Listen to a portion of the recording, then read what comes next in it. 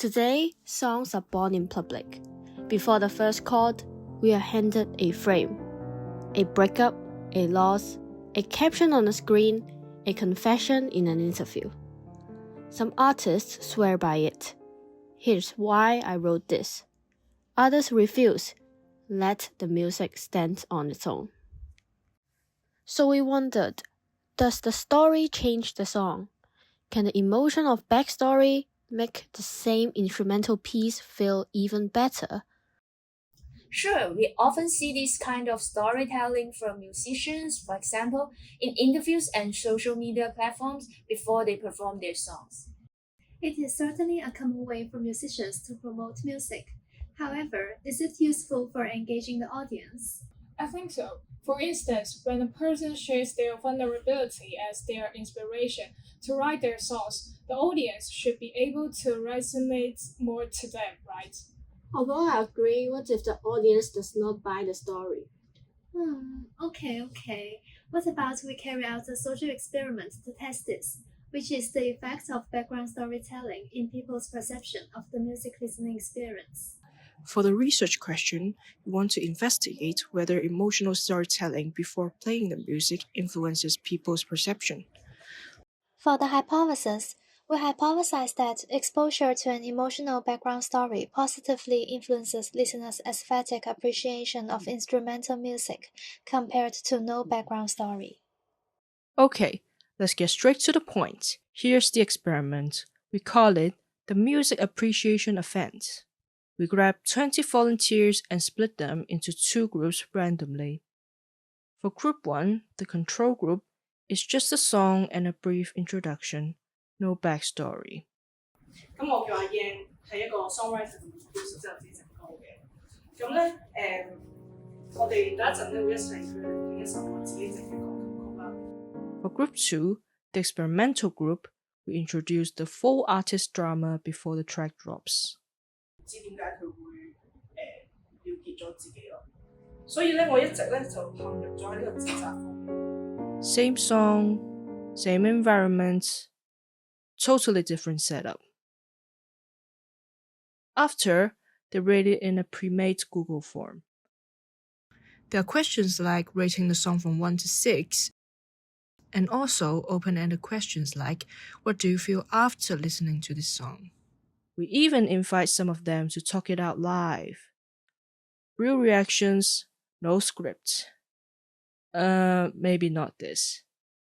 That's it. Same music, two experiences. Let's see what we found. Okay, let's jump into the data. So, for how much people liked the music, the experimental group's average was slightly lower than the control group.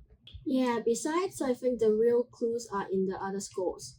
The group that heard the story also reported feeling less in tune with the music, and crucially, more distant from its emotion. The story didn't pull them in, it pushed them away. This is where psychology gives us a clue, the boomerang effect. What's that?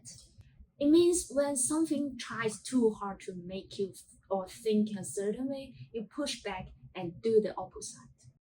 Like when you're ready to plan to take a shower, but the moment your mom yells, "Go shower now," you suddenly don't want to go anymore. Exactly. That's the boomerang effect. People don't like being told how to feel.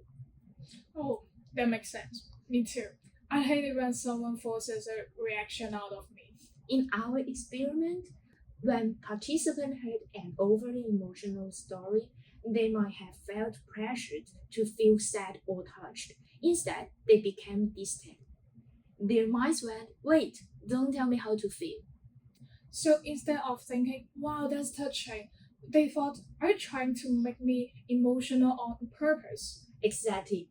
When emotions feel forced, people's reaction bounce the other way, just like a boomerang. The stronger the push, the stronger the pushback.